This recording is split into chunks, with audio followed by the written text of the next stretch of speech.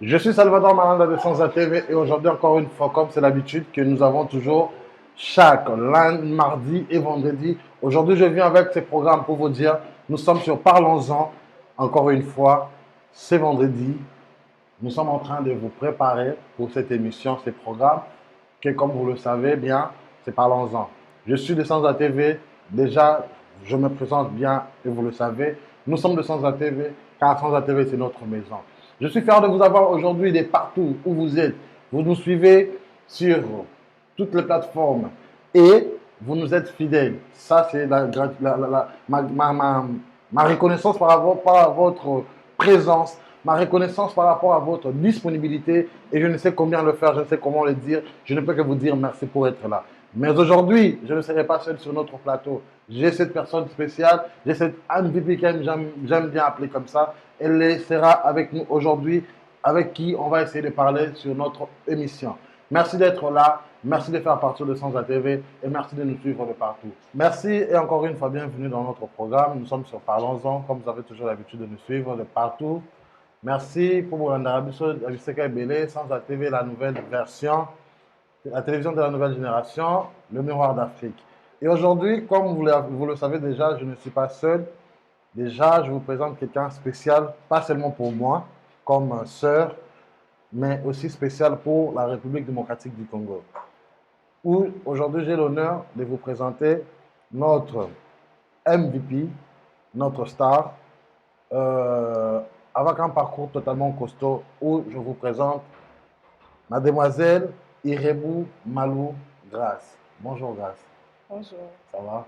Ouais, ça va et toi? Oui, ça va, merci. Ravi de te recevoir dans notre émission. Merci. Et disons, tu es ici, on te reçoit aujourd'hui. Qu'est-ce que tu dis? D'abord, la première de mes questions, comment est-ce que tu te sens être aujourd'hui à Sans TV pour parler de ta vie grande comme carrière?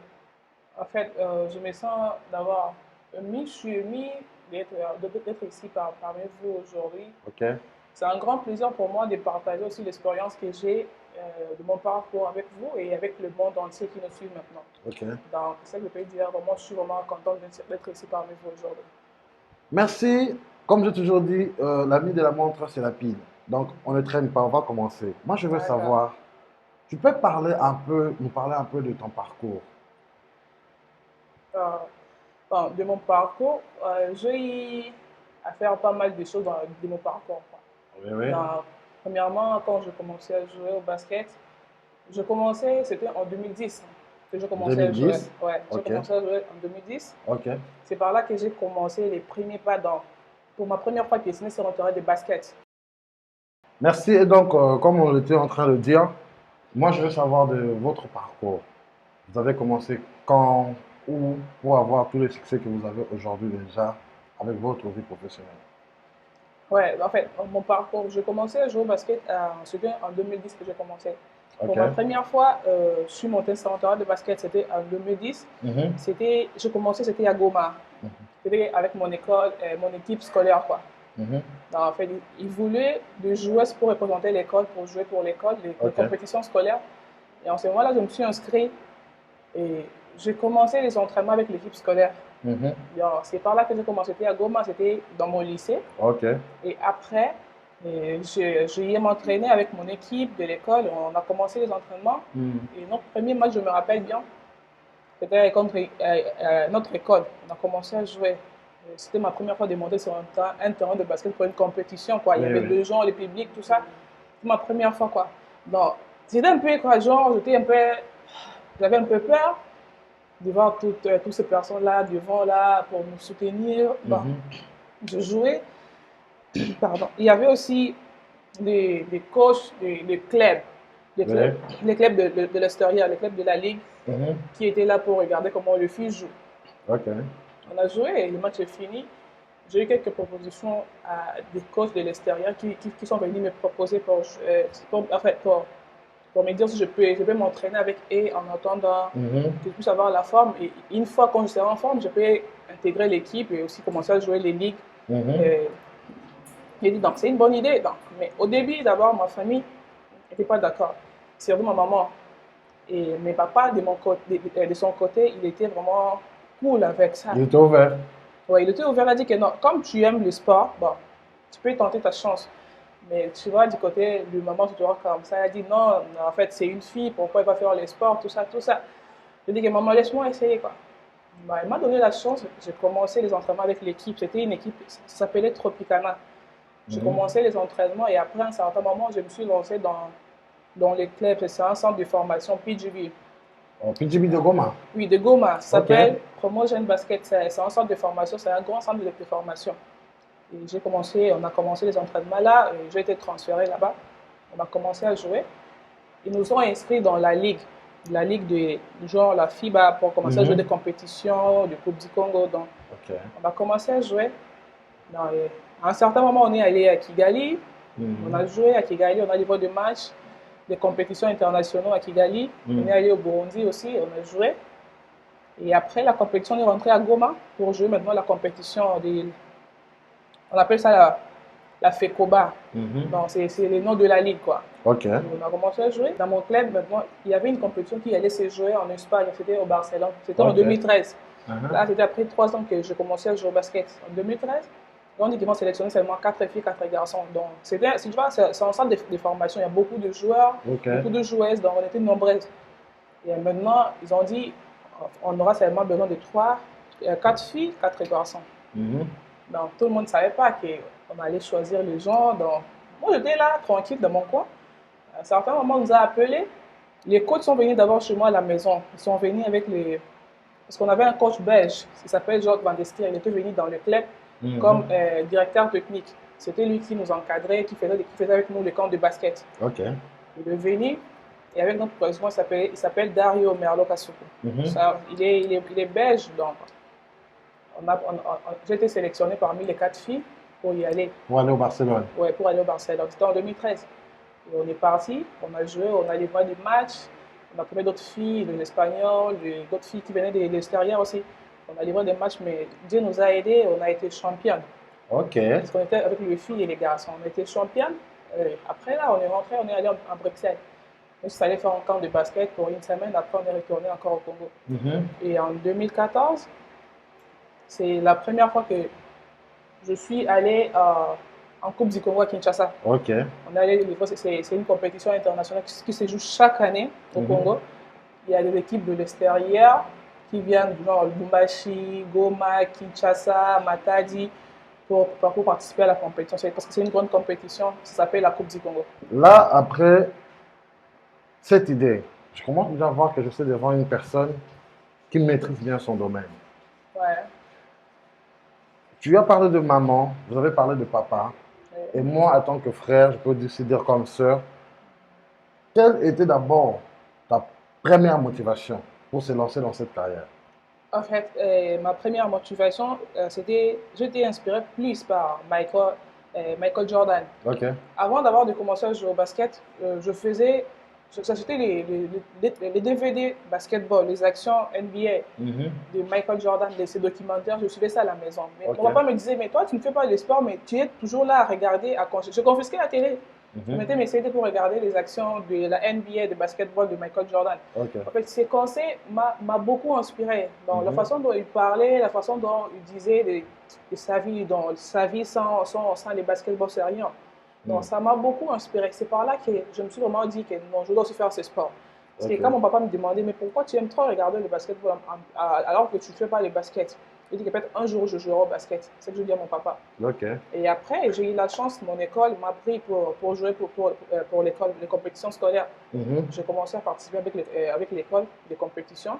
Et voilà. En tout cas, je rappelle encore toutes les personnes qui sont en train de nous suivre. Je ne suis pas seul comme vous nous voyez ici au plateau.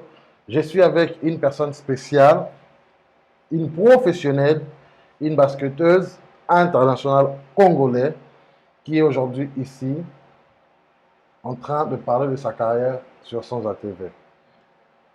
Donc, vous m'avez parlé de 2010. Si je comprends Ouais. bien aujourd'hui, votre vie professionnelle a commencé à 2010. Et depuis combien de temps vous êtes concentré au basketball? Depuis 2010 jusqu'à présent. Ah, donc, à 2010, 2010 c'était votre début. mon débit, quand je suis montée sur un terrain de basket pour la première fois, c'est par là que j'ai commencé à me concentrer pour le basket. Alors, parlant de ça, j'ai vite compris que 2010, ce n'était pas votre début. Il y avait déjà une vie avant 2010. Et Voilà. 2010, c'est là où vous êtes conscientisé pour prendre ça au sérieux. Oui, oui, c'est ça. Hmm. Et comment vous vous sentez en faisant ce travail? En fait, quand je joue, en fait, quand je suis sur un terrain de basket, Oui, oui. bon, je me sens, je sais pas, c'est comme si c'était pas moi. Je me sens comme je suis une autre personne. Donc, Ok. j'ai fait ce que je. Parce que le basketball, c'est un sport que j'aime beaucoup. Et quand je suis sur un terrain de basket, j'aime pas blaguer. Je suis très sérieuse. Donc, on dirait que c'est pas. Par exemple, je peux donner un exemple. Grâce, quand je suis en dehors du terrain de basket, j'aime trop rigoler, je blague. Mais quand je suis sur un terrain de basket, je suis tellement concentrée que, par exemple, peut savoir que c'est Grâce qui se concentre comme ça. Donc, quand je suis sur un terrain de basket, je suis une autre personne. Et quand je suis en dehors du terrain de basket, je suis aussi une autre personne. Donc, quand je fais les baskets, donc, je le fais avec tout amour, la passion, parce que c'est quelque chose que j'aime beaucoup. Donc, c'est un peu ça. Ok. Alors, moi, je vais te poser une question totalement particulière.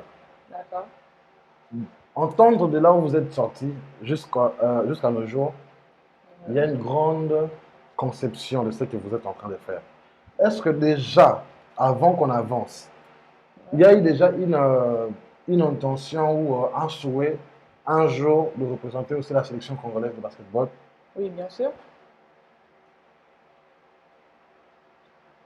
Et quand vous dites ça va, bien sûr, parce que vous avez été convaincu que vous souhaiterez un jour défendre le Congo, ou parce que vous vous sentez aujourd'hui capable et prête?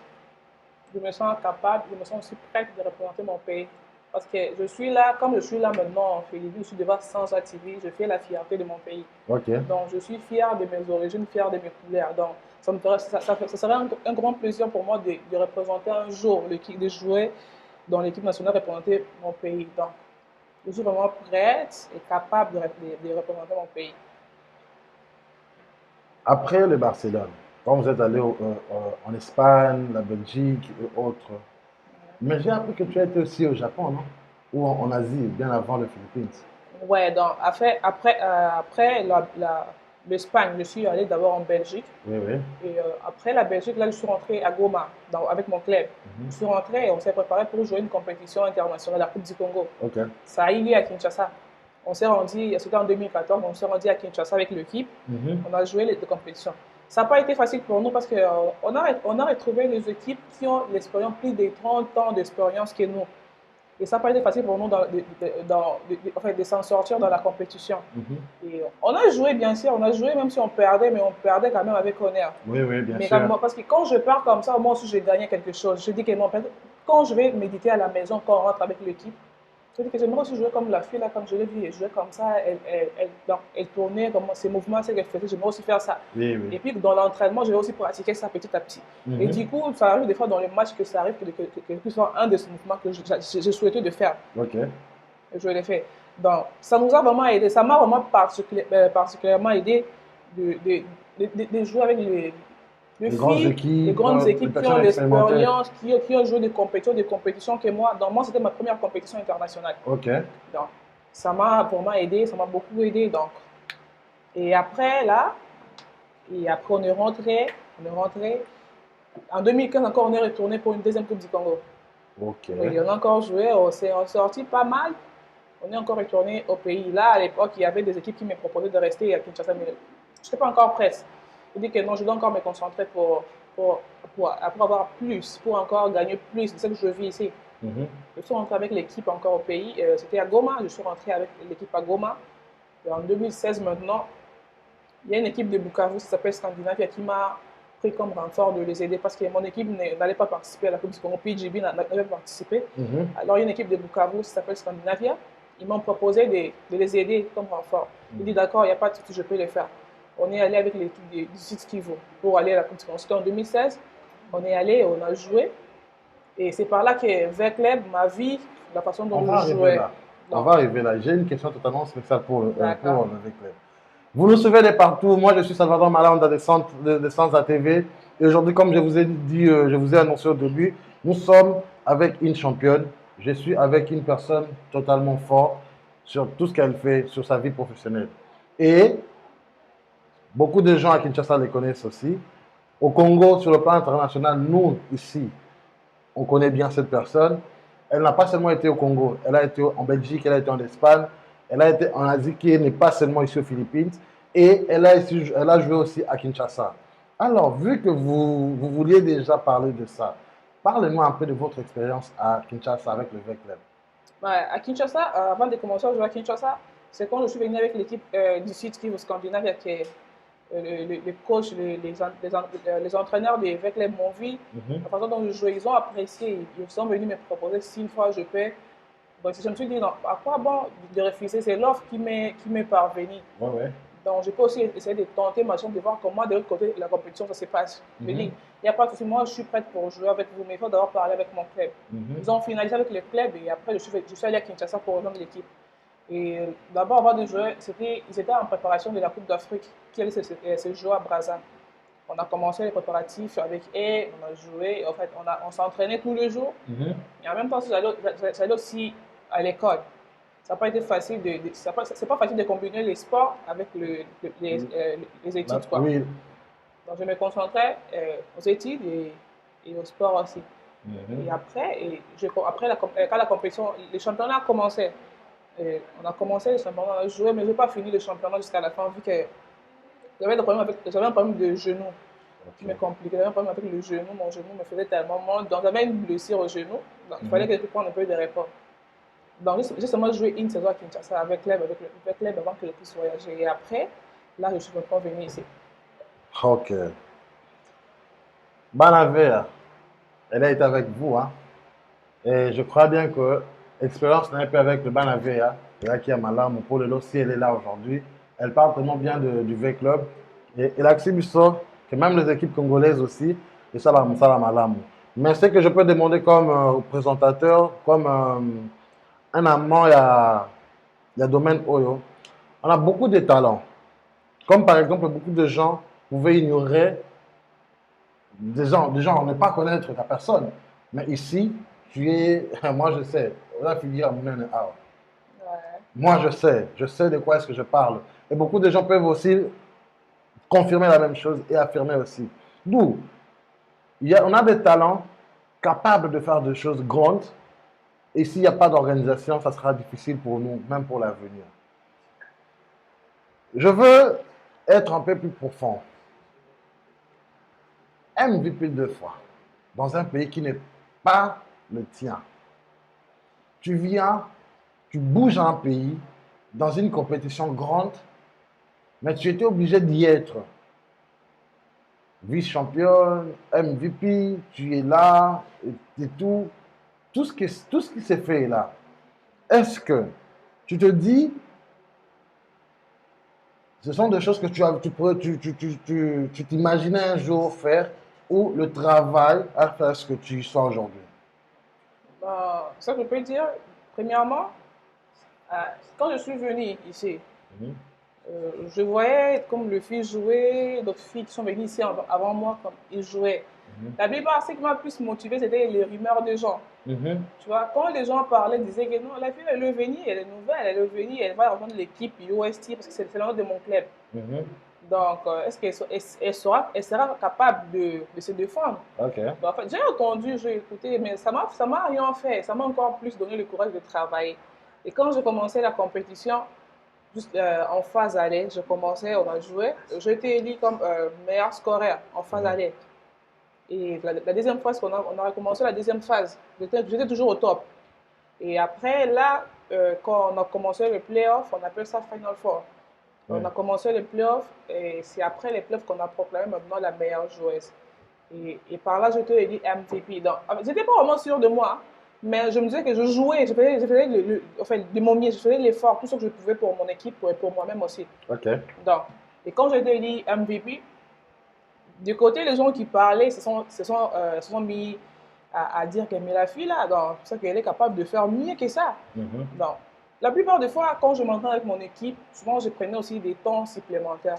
Je m'entraînais toutes seules, des fois avec les garçons de mon club, parce qu'on a deux versions, masculine et féminine. Ok. Donc, je m'entraînais des fois avec les garçons, apprendre quelques trucs que j'avais du mal à faire pendant le match, comme ça. Mhm. Donc, ça m'aidait aussi à évoluer. Et Ok. quand j'étais sur le terrain, j'étais une autre personne, donc je faisais de mon mieux pour faire ce que je fais. Et pour la première fois que j'étais élu MVP, bon, c'est passé. Donc. Et aussi, on a continué la compétition. La saison est finie. Mhm. La deuxième saison commençait et la pré-saison, avant que la saison puisse commencer, c'était la pré-saison. On a joué Mhm.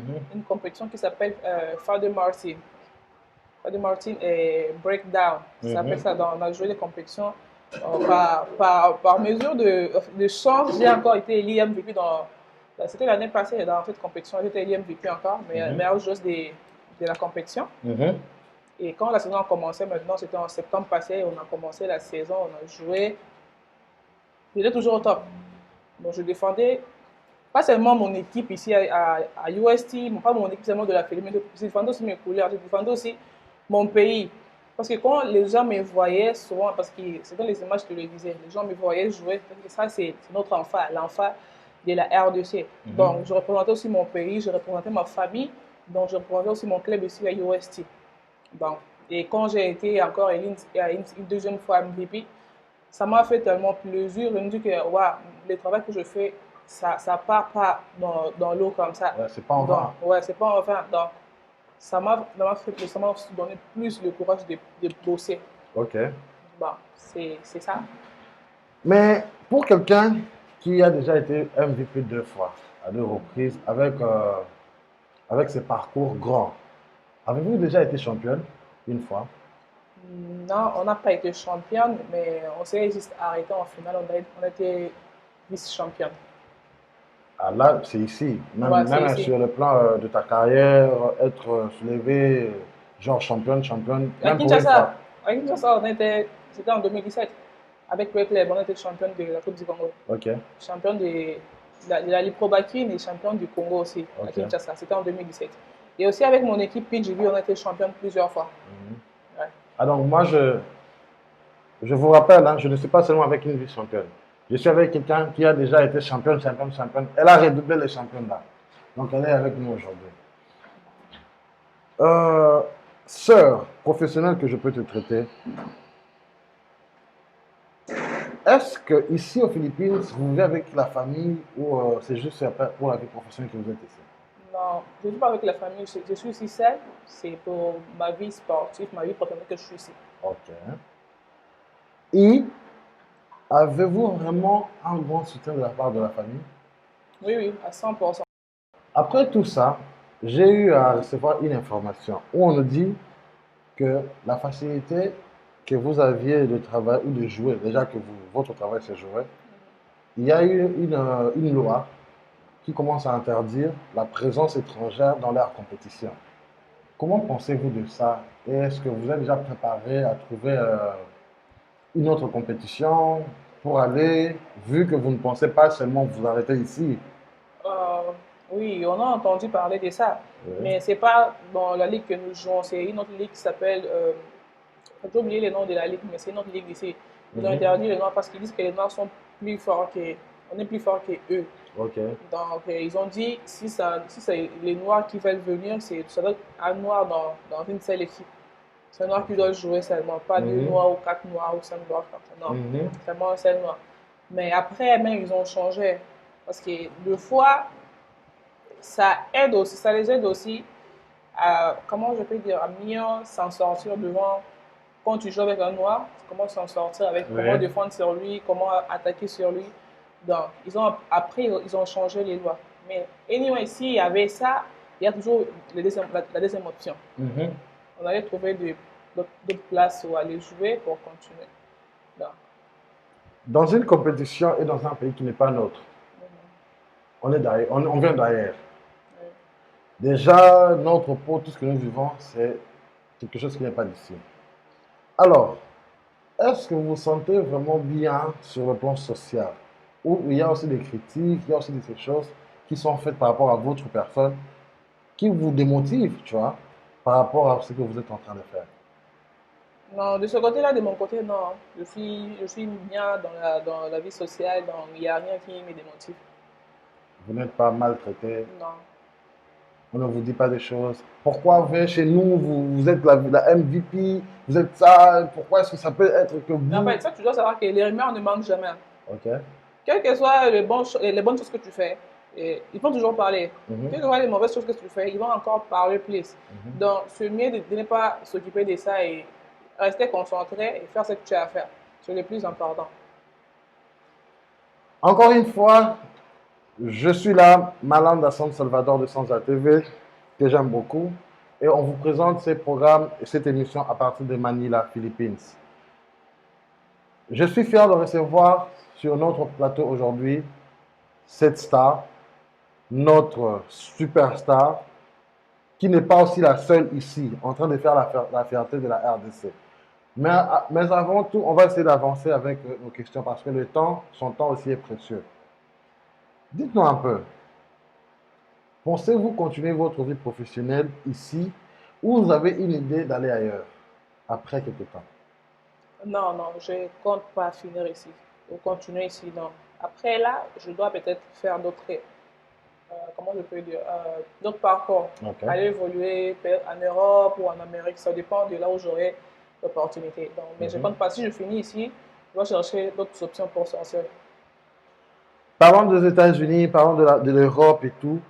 Est-ce que par rapport à votre préparation, par rapport à votre conviction MVP, pas seulement une fois, tu as fréquenté plusieurs compétitions, déjà en Europe tu as été, Afrique, n'en parlons même pas, tu as été championne en Afrique, tu as été en Asie, tu es encore en Asie. Tu te vois un jour affronter la NBA. La NBA, c'est mon rêve. Ah, Je c'est me dis vrai. souvent, ouais, un jour, peu importe, ça sera en quelle année, je dois aussi jouer en NBA. Donc, c'est en WNBA pour le filles. Ouais, Ouais. sorry, WNBA. Et WNBA, ok? Oui. Ok, alors la prochaine des questions, il faut comprendre, nous qui sommes dans la presse avec le Mhm. sport, c'est des choses différentes. Ouais. Et j'allais dire, l'âge aussi compte. Oui. Vous avez déjà 10 ans d'expérience avec ces bagages totalement importants. Et vous êtes là aujourd'hui, vous rêvez de faire l'NBA. Pensez-vous qu'il y a encore assez de temps pour ça? On peut dire, il y a pas vraiment beaucoup de temps. Si une fois je dois y aller, c'est Ouais. maintenant, parce que l'âge aussi avance. Parce qu'il y a un certain moment, la NBA, à un certain âge, tu peux plus y Ok, entrer. ok. Vu que c'est l'âge, déjà quand tu as dépassé l'âge, c'est un peu difficile pour toi de s'en sortir, tu vois. Mhm, Donc, si je vais y aller, c'est pas maintenant, je peux dire pas maintenant, mais dans 2 ou 3 ans comme ça. mhm. Mais ici, ça, c'est pas aussi l'option. Il y a aussi d'autres options. Ça Ok. marche pas, il y a aussi d'autres options.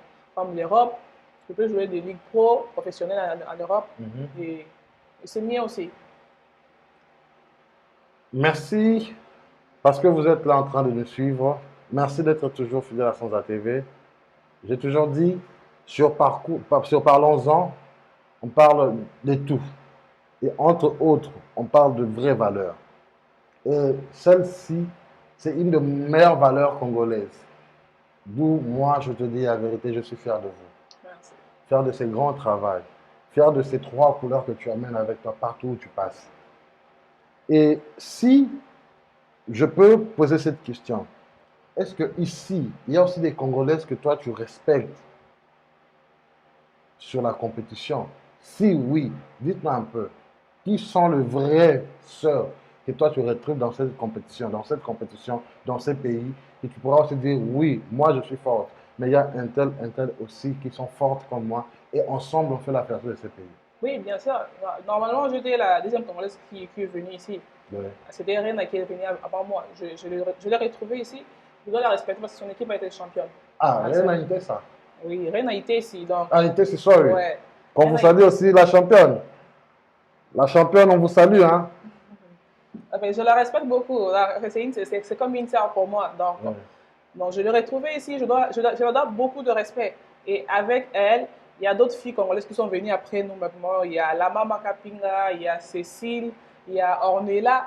Donc, même si on faisait une équipe ici contre la Philippines ou contre d'autres équipes, on peut vraiment représenter les couleurs de notre pays et on peut le battre. Ça, je suis sûre.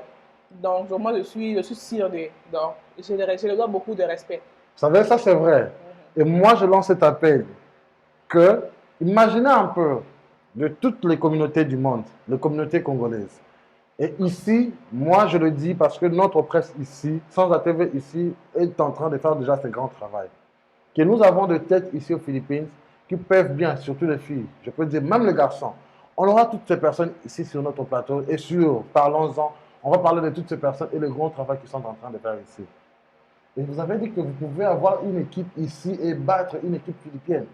Oui, bien sûr. Ça, je suis sûr à 100%. Pourquoi votre forme physique, le travail, le Le savoir-faire. travail, le savoir-faire, on a aussi le critère vraiment qui peut vraiment nous aider à gagner le match. Si une fois on livrait un match contre le Filipino, on peut gagner.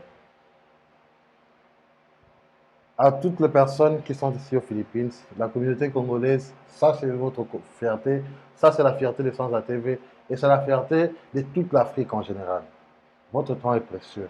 Moi, je crois que on avance et on veut faire quelque chose de différent. Pour combien de temps pensez-vous rester sur le terrain, donc avec votre vie professionnelle? So, là, je ne suis pas vraiment trop sûr de ça. Ça dépend. Il y a un certain moment, tu peux, peut-être je peux me dire que non, je dois arrêter les baskets peut-être à l'âge de 30 ans. Ok. Et qui s'arrive, parce que tu vois, quand tu es sur un terrain de basket, il y a beaucoup de risques. On va toujours s'attendre à tout. Il y a des blessures qui causent la fin de carrière d'un Des joueur, d'une imprévus. joueuse.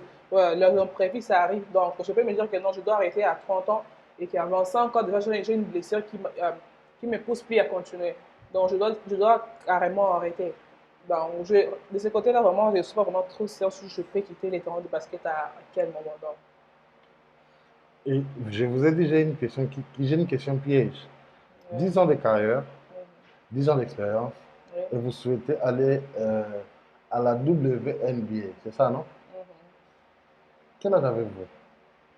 Quel âge? Avez-vous, oui. Entièrement de 22 ans. Vous avez 22 ans. Oui. Ce n'est pas moi, hein. Vous savez, il y a une grande bagage ici. Et avec cette expérience, moi, je me dis, le Congo n'a rien à perdre.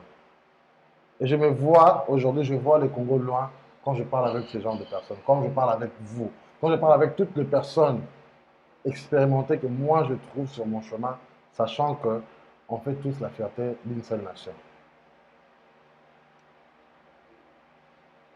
Prête pour la dernière question? Oui, bien sûr. Ça, c'est le côté un peu après votre carrière. Oui. Pensez-vous un jour préparer aussi d'autres générations ou pensez-vous arrêter et faire d'autres choses? Du genre, un jour devenir entraîneur, changer aussi l'histoire, apporter votre soutien, votre connaissance et vos capacités professionnelles aux générations à venir? Ou dites-moi un peu. Oui, en fait, ça me ferait énormément plaisir d'aider aussi les jeunes qui sont la nouvelle génération à venir. Ok. Donc, après, je peux aussi, quand je rentre au pays, aider les autres, genre comme le matériel, donc, il y a en fait, genre, les équipements. Il y a les Mhm. équipements que je dois peut-être je peux apporter aux autres. Ok. Aussi donner, parmi les connaissances que j'ai, Mhm. à apporter aussi d'autres connaissances chez les jeunes, Mhm. les aider aussi, les donner quelques conseils. Et aussi, si une fois j'aurai le moyen d'aider aussi peut-être ma fédération avec les structures, tu Mhm. vois. Vu qu'en ce moment, dans les pays, c'est un peu compliqué, tu vois. Mhm. Et une fois l'aide là, ça sera vraiment très important pour le pays et pour les jeunes aussi qui veulent aussi continuer à jouer et qui veulent aussi réaliser ses rêves. Donc, c'est assez un peu dur de plaisir. Donc, vraiment, ça serait pour moi un grand plaisir. Un grand plaisir d'aider les jeunes aussi. Mhm. Les jeunes qui viennent après nous, qui vont aussi venir après nous quand nous serons plus là. Mhm. Donc, d'apporter le soutien total. Donc, Et votre soutien, ça sera plus sur le plan professionnel, matériel ou financier? ça sera sur le plan professionnel et aussi matériel. Genre, côté matériel, il y a les problèmes d'infrastructure. Ok. Et il y a les équipements comme les ballons, les chaussures, les maillots de basket. Donc, Mhm. c'est ça. Et sur le plan rémunération, vous vous retrouvez aussi ici avec votre professionnalisme. Oui, on se retrouve un peu. Donc, il y a déjà de quoi construire des terrains en Afrique. Non, pas totalement, mais quand même, il y a quelques trucs. Donc, en fait, je ne je peux pas parler de ça ici. C'est Oui, il y a la famille ouais, africaine, ouais, hein, donc, les bateaux, tous les hauts, et moi je ne sais combien, mais donc, ça va. donc, ouais, ouais, ça va, mais Vous vous c'est retrouvez en pas. tant que professionnel. Oui, oui, je me retrouve. Balavé à Djogoye, Djogoye, qui se retrouve bien ici aux Philippines. Euh, je suis ravi de vous recevoir aujourd'hui ici, championne. Et vu que nous sommes en train de travailler sur une télévision qui est une télévision aussi, que nous sommes en train de préparer pour être une télévision championne un jour, en tout cas, je vous demande merci de venir ici. Merci de nous valoriser, moi personnellement, après l'invitation que la société vous a faite, pour être dans mon émission aujourd'hui qui est Parlons-en. On a parlé de vous, mais essayez aussi de parler aux autres. Un conseil, une motivation, des gens qui veulent devenir comme vous, des gens qui veulent passer aussi un peu par-ci, par-là pour représenter les Congos. Quel est votre conseil déjà comme mot de fin?